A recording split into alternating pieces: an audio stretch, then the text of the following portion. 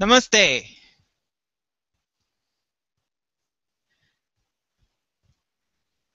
My name is Vivekanand. Welcome to this Hangout on Air.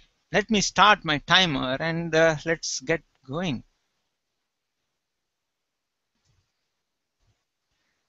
This is the 9th episode in a series that I have started with a view to help entrepreneurs who have lots and lots of ideas and would like to succeed with lots of projects. In this episode, the focus is on processes and stages. I have great pleasure in welcoming David, as usual, who will be co-hosting. And as usual, in the agenda for today, we begin with just a minute, where each of us would take center stage and gives 60-second elevator pitch, followed by a short presentation covering the topic of the day. This week again, I would tell you a story snippet from popular science fiction TV series Star Trek: The Next Generation, Season 3, episode entitled Who Watches the Watchers? This is an episode where different stages of development of civilizations is a major theme.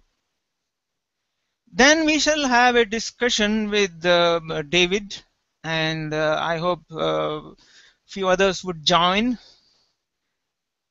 sharing experiences and insights. Then I shall talk about what's coming up in the next episode, and we conclude for today. As in the previous episodes, I aim for half an hour, but I would not dare to cut off anyone when the discussion is lively and adding value. We have come to the just a minute section. Each of us will have a minute each, and we shall give you our 60-second elevator pitches.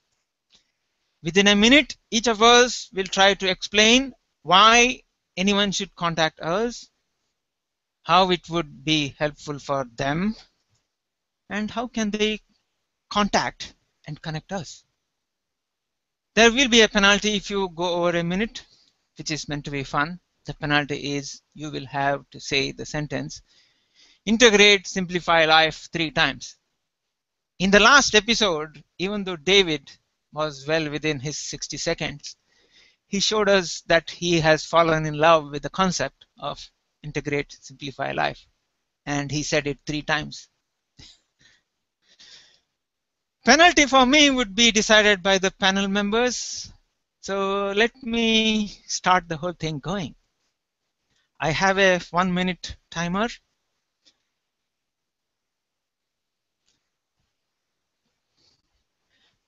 Namaste.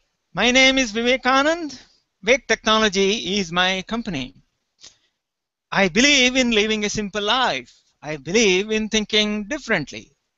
I am proud to share my beliefs with Steve Jobs and Leonardo da Vinci, who said, simplicity is the ultimate in sophistication. Here's my simple way. Avoid the cowboys, work with the Indian. Let the Indian handle technology, and you live an integrated, simple life. Maybe you have lots of projects and you are struggling to find someone who can integrate and simplify.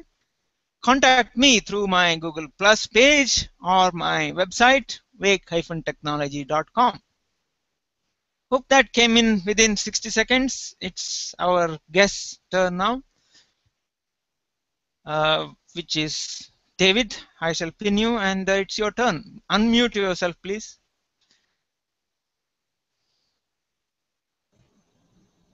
I wasn't counting, so I don't know if you went over or not. But I was getting into what you were talking about. But as you know, my favorite line in your presentation, your 60-second speech, if you will, is avoid cowboys, work with the Indians. I love it. But I'm a cowboy, so I can't get totally into it. I don't want them to avoid me. My name is Small Biz David, and for over 40 years, I have been solving and facilitating solutions of challenges for small businesses. Today, I'm very proud of a community that we have built in Google Plus, Dreaming with Entrepreneurs in Google Plus. And I encourage you to take a look at the community and join and interact with the nearly 500 entrepreneurs that we have from around the world. That's it, Vivek. Yeah. Did I stay within my 60 seconds? Yes, I was looking at the timer, and you are well within. Yeah. However, I will summarize what I said by saying integrate, simplify life. A great concept that not enough people pay attention to, Vivek. Yeah, it's a simple thing to do when you know how to, but yeah. It does take quite a bit of. Oh, now I totally understand. So because of that, that's why you don't talk to the Cowboys, and you do. That's why it. Okay, gotcha. I didn't get it until now, Vivek.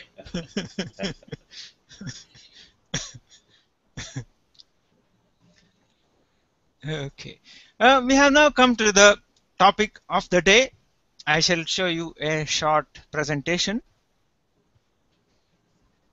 The agenda, as usual, is answer to 2 questions this time, because it's a big topic actually. Why processes and stages? And then, how does PRINCE2 define processes and stages? If your answer to the question, do you want to achieve a commercial result, is yes, then you need a process. The definition of a process in a business context is a method or system for achieving a commercial result. Processes add value to the customer. Hopefully you're charging your customer for the value you are providing. Processes are crucial in cutting down costs of time and effort. Let me give you a gentle warning though. Albert Einstein gave the definition of insanity as doing the same thing over and over again and expecting different results. If expected commercial results are not being achieved, then you need to change your process. For this, you need to know the process you are following presently in a scientific and methodical way. It is time for the TOTD story now. Today I shall tell you a snippet from an episode of Star Trek which deals with different stages of development of civilizations and the effect third persons have.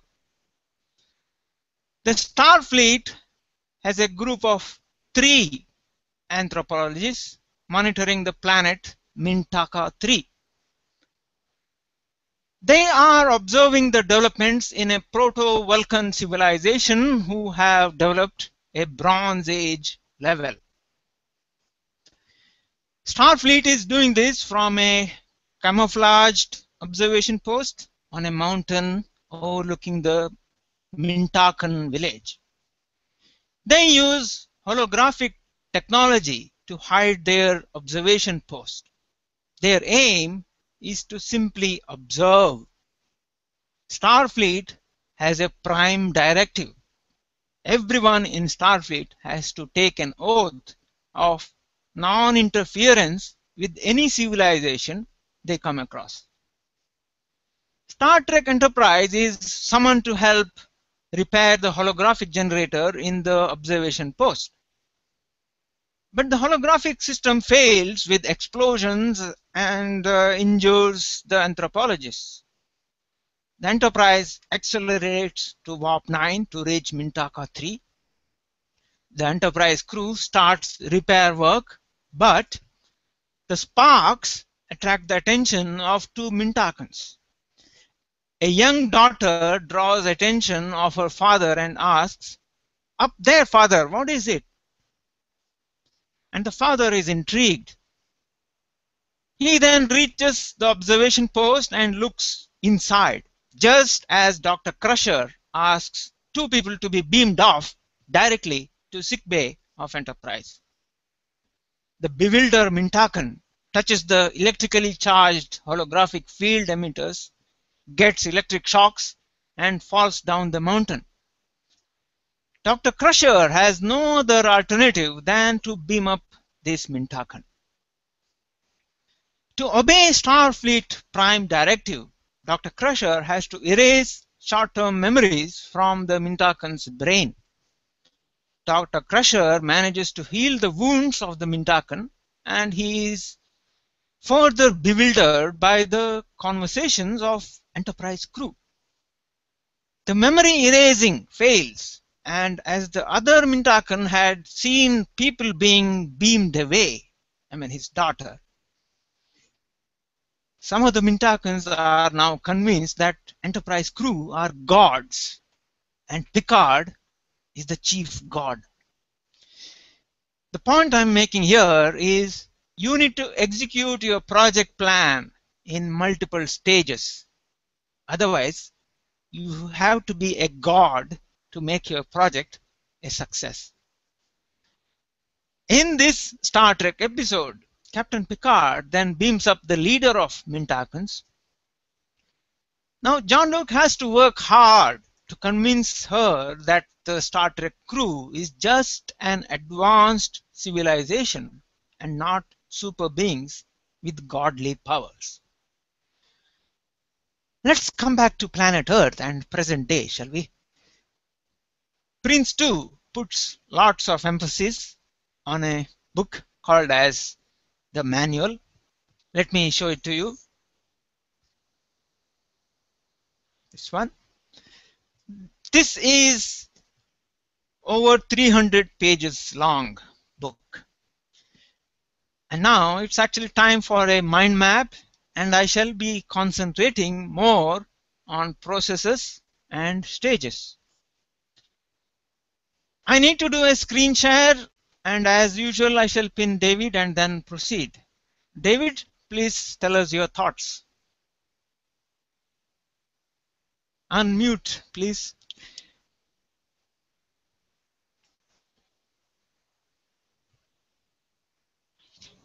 You would think I've never done an HOA, Vivek. I've only done 200 of them. I've produced 200 of them. I don't know how many other ones I've been in. Well, I've been in 8 of yours or 9 of yours now. I'm going to save one of my thoughts for later discussion because it's got a lot of there's a lot of things that we need to address. Can you go back to the, well, is it very easy for you to go back to the first slide that you showed in the first Star Trek side? If it's too much of a deal, then don't do it. The reason I was going to ask you to go back there, no, before that, there, you missed it. 2 more slides. One more. That one. Is that the original? Now go back to that slide. Which slide? The last one that you just did. This one. Stop. Is that the original Google Glass right there? That's all I wanted to do. That's all I wanted to do. Okay. Maybe if the Google robots hear me say Google Glass, it'll drive some traffic to this HOA.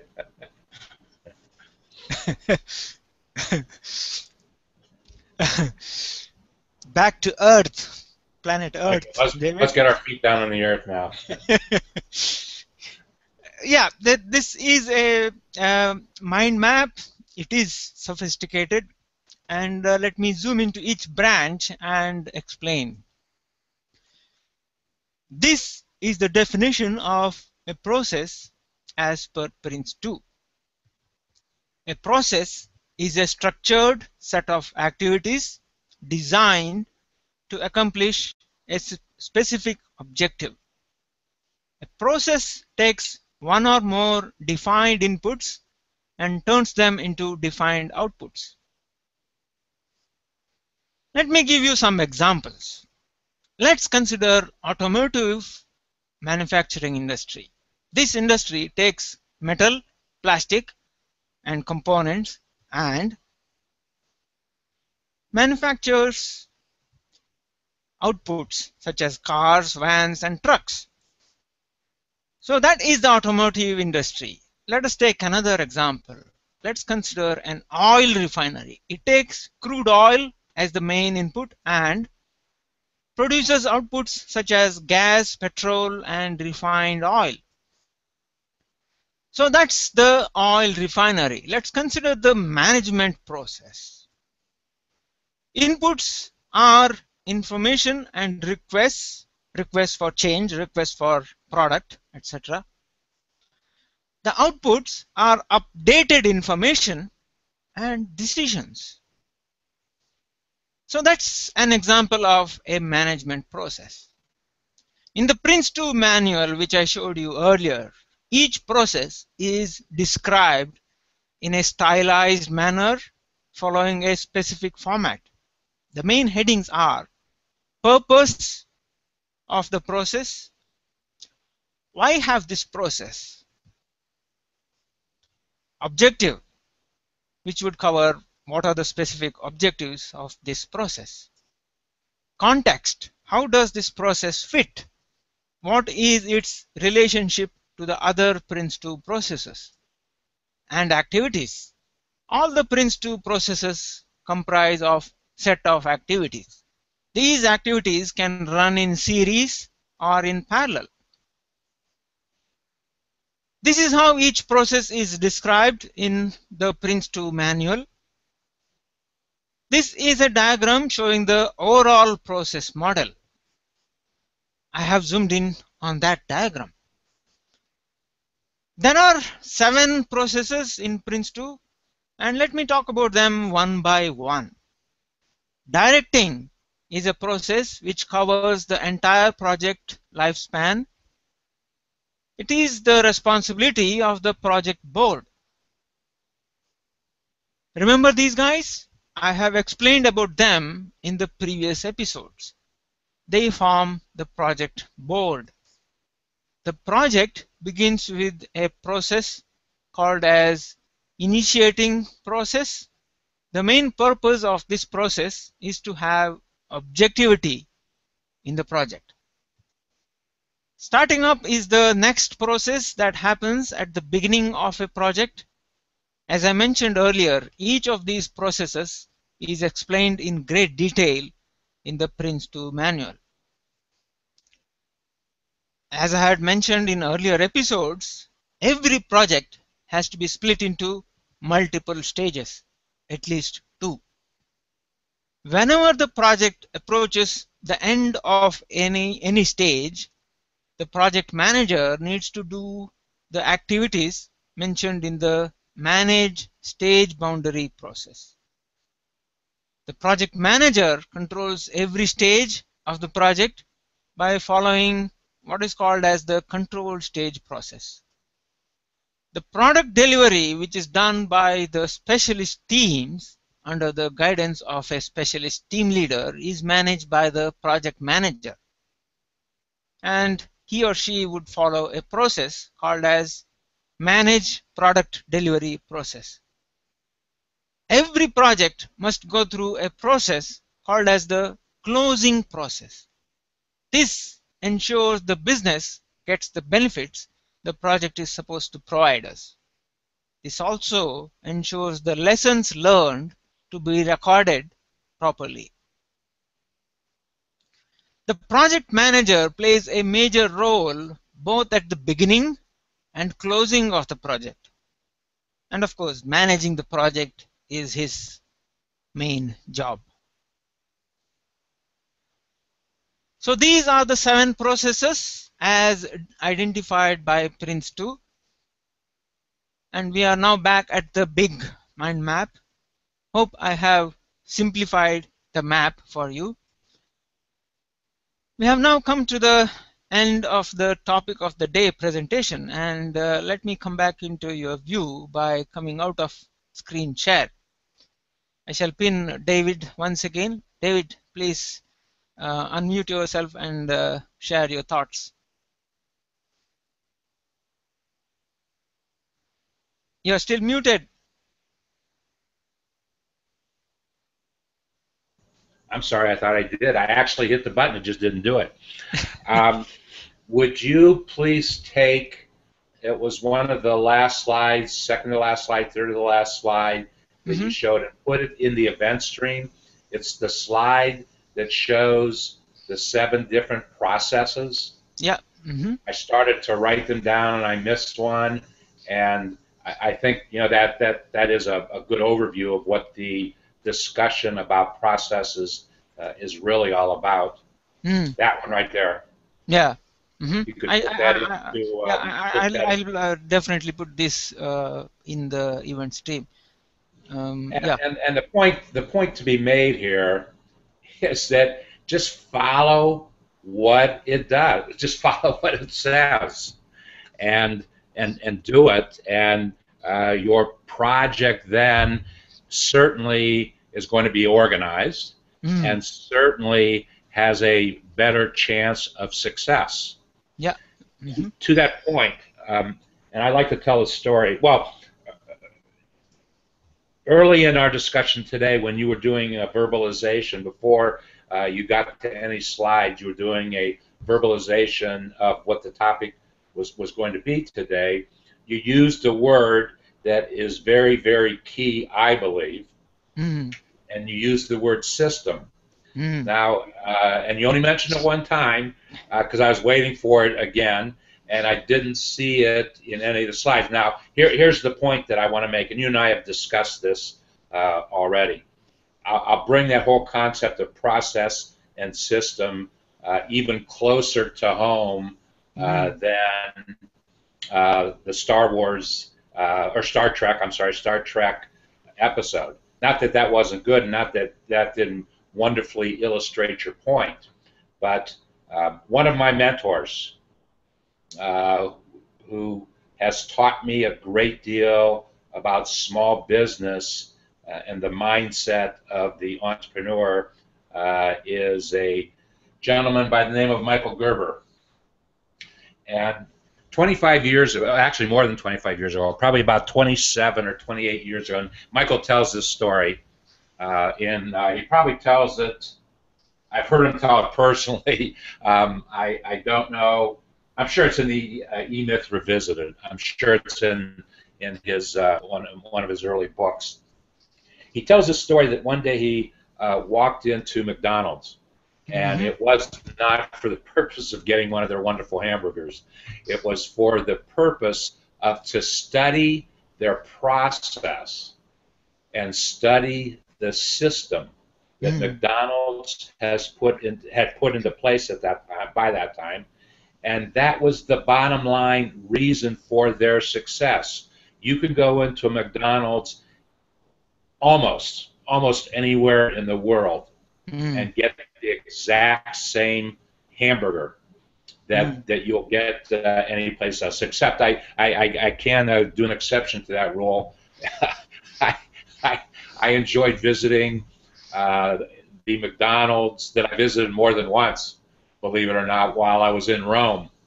Rome has given their franchisee, McDonald's has given their franchisee in Rome liberties that other franchisees don't have, and they serve a much different hamburger, equal to quality in any great hamburger I can get here in Cincinnati.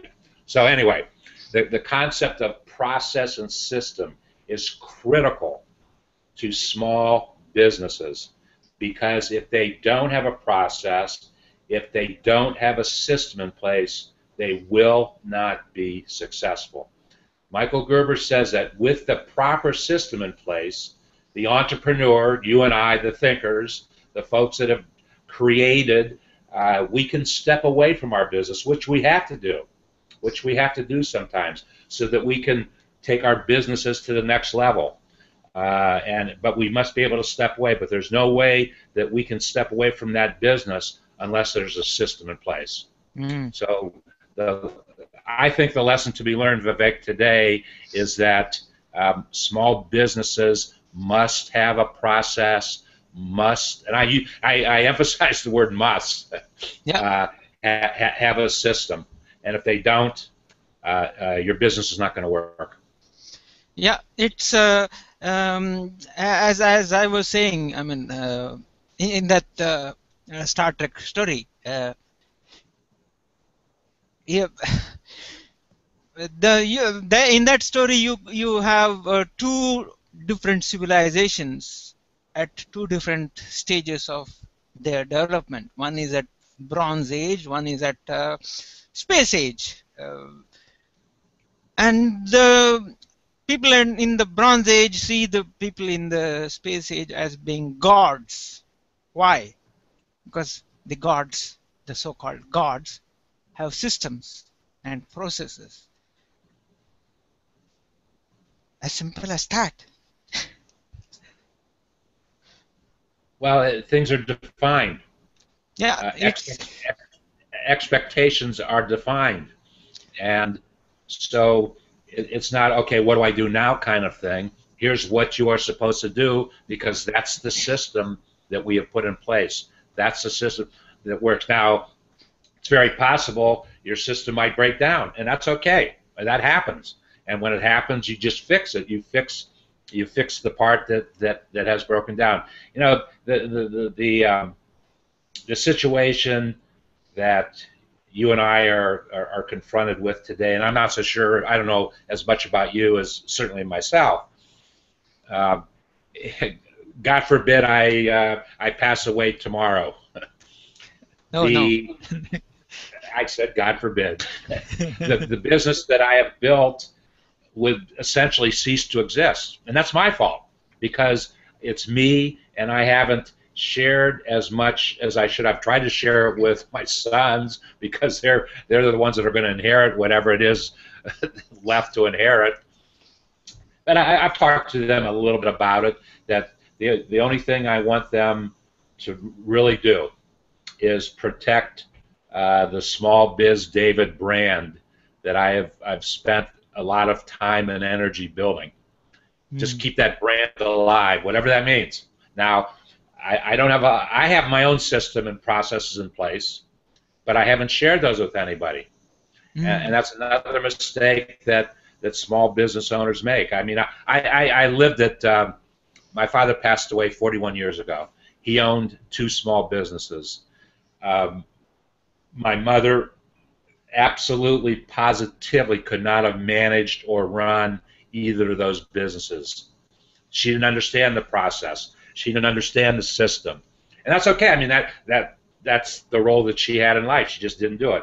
I had my grandfather was still living, so he knew one of the businesses, and I knew the other business. Now, I didn't know exactly how my father ran it, but I knew that there was a system and process in place, because I didn't have a chance to talk to him. So I just had to interpret, what it was that he was trying to accomplish, try to figure out why he was, and then just move forward with it. So small business owners, put the processes in place, put the systems in place so that your business can continue to operate if you are not around to operate it yourself. And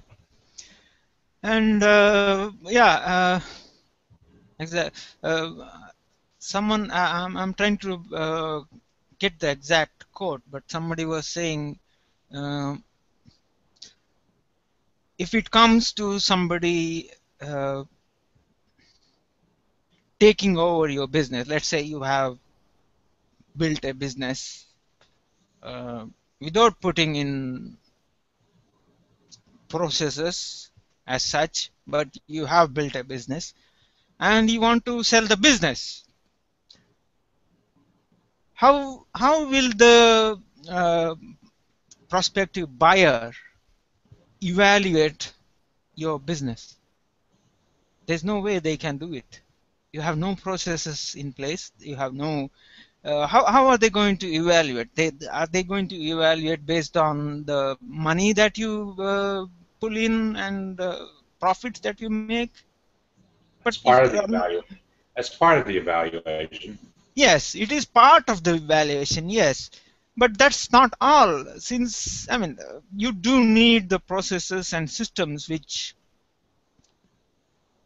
only if they can repeat what you have been doing and be maybe do a better job at it, add things to the process or add things to add more processes, make the system bigger, better, then they would probably be in a better position. I mean, they would see the investment as an investment. Otherwise, they would see that as a To your donation. point, Vivek, just in the last 3 days, I read an article that Mm. addresses that situation. That was the theme of the article. What Mm.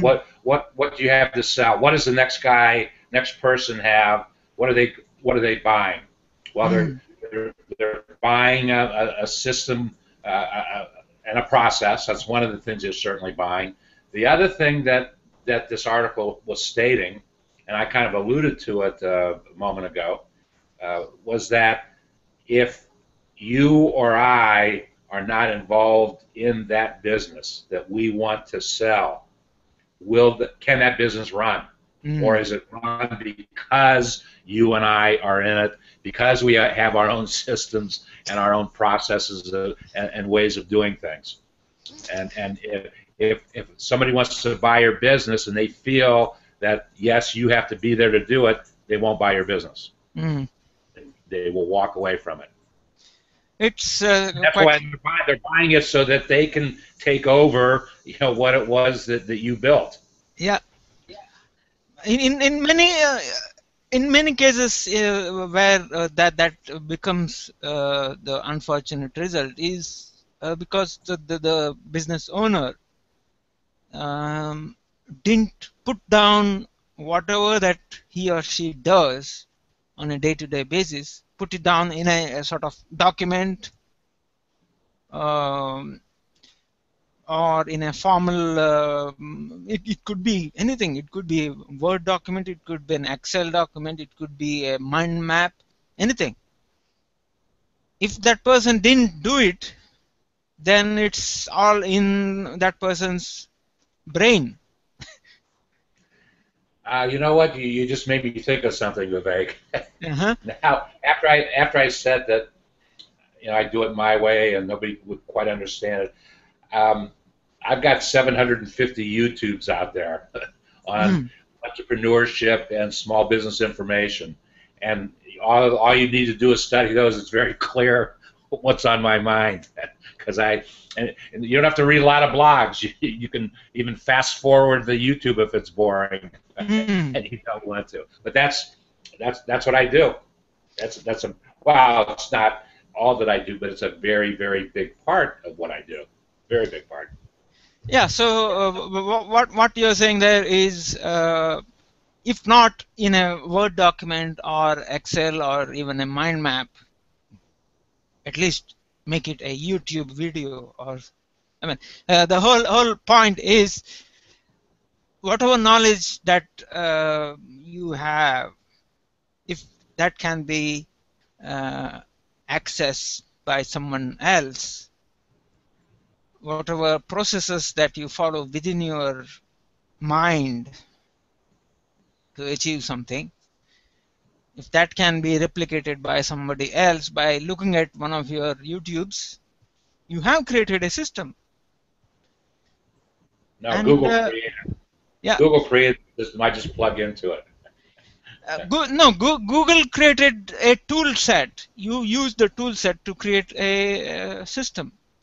Very true. Very true. Um, and yeah, what was I going to say? You bring up another good point because I use Google technology exclusively Mm. in my business. All you really need to do is study Google and do what they do and use the tools that they have provided on behalf of small business. That's a good point. Yeah, it's many people would. I mean, I have, and some of the engineers I have come across. They don't like to, for example, document what they do. They don't like documentation. Uh, you, I'm sure you can come across hundreds of programmers who would say, documentation? Who needs that? They say that, and I think the number is closer to millions. but the problem is when you don't document what you do and how you do things, um, it's all in your mind, yes. What happens when you have to go back to what you did 10 years ago, or maybe technology has changed and you find value in what you did, say 10 years ago. A piece of code that you wrote 10 years ago, very complicated piece of code, you want to use that. Yes, you would be able to use it because it's supposed to be your own code. You wrote it. But then if it needs a little bit of change, little bit, how are you going to do it? You'll have to go through the whole process of understanding the code line by line, word by word. If Character by only character. you had documented it, if only you had documented it for your own use. So that's a process. It's one way of uh, creating a process. You add lots of such processes. When these processes interact in a certain way, you create a system. Um, I'm actually coming back to the point you were making earlier. I didn't use the word system that often. The reason is when you have lots of processes which are brought together, integrated, you create a Simply, system. simply. Yes, you create simplicity. You create a system. You create a system that is sophisticated within itself, but the way you put it together, if it makes its use simple, you have achieved the ultimate sophistication. I think you've just summarized today's discussion extremely well. Yeah. Um, yeah, we have now come to the what's coming up next week.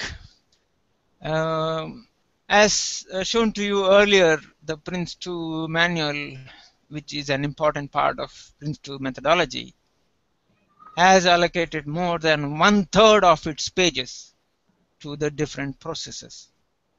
So I would not be doing any justice to it if I allocate just one episode to that. Even 2 episodes are not enough, but at least the next episode I shall be digging deeper into the processes. So that's what is coming up next week. As you can imagine, yeah, this is the process model. It would be too heavy for one episode alone to cover 1/3 of the PRINCE2 manual. Processes are the life and soul of PRINCE2 methodology, and we shall study and learn more in the next episode. Closing comments, David? I think you've said it pretty well. And my message is to small business owners: make sure that you have proper processes and systems in place that are well defined, and that you you document them and put them in a safe place. Hmm. And you know, that's not necessarily. I mean, it's what you've got to do. You got to document it, put it in a safe place, and it's there if it ever needs to be referred to for any reason. Yeah, what you're essentially saying is actually why you need a process and why you need to follow it and why you should do it is the answer to that is so obvious that it's kind of stating the obvious. But Sometimes to simplify things, you have to state the obvious. yes, because many times, yeah, we get lost in the detail rather than concentrate on Essence. The the essence. yeah, essence. Yeah, I'm sure you would want to know more about processes and stages and so on. So as this is a series of HOAs, there is more to come. Thank you for watching the show. Do please share the link to this show on Google Plus and YouTube and so on. You can reach me through my Google Plus profile or through my website, wake-technology.com. My closing comments, as usual, are integrate, simplify life.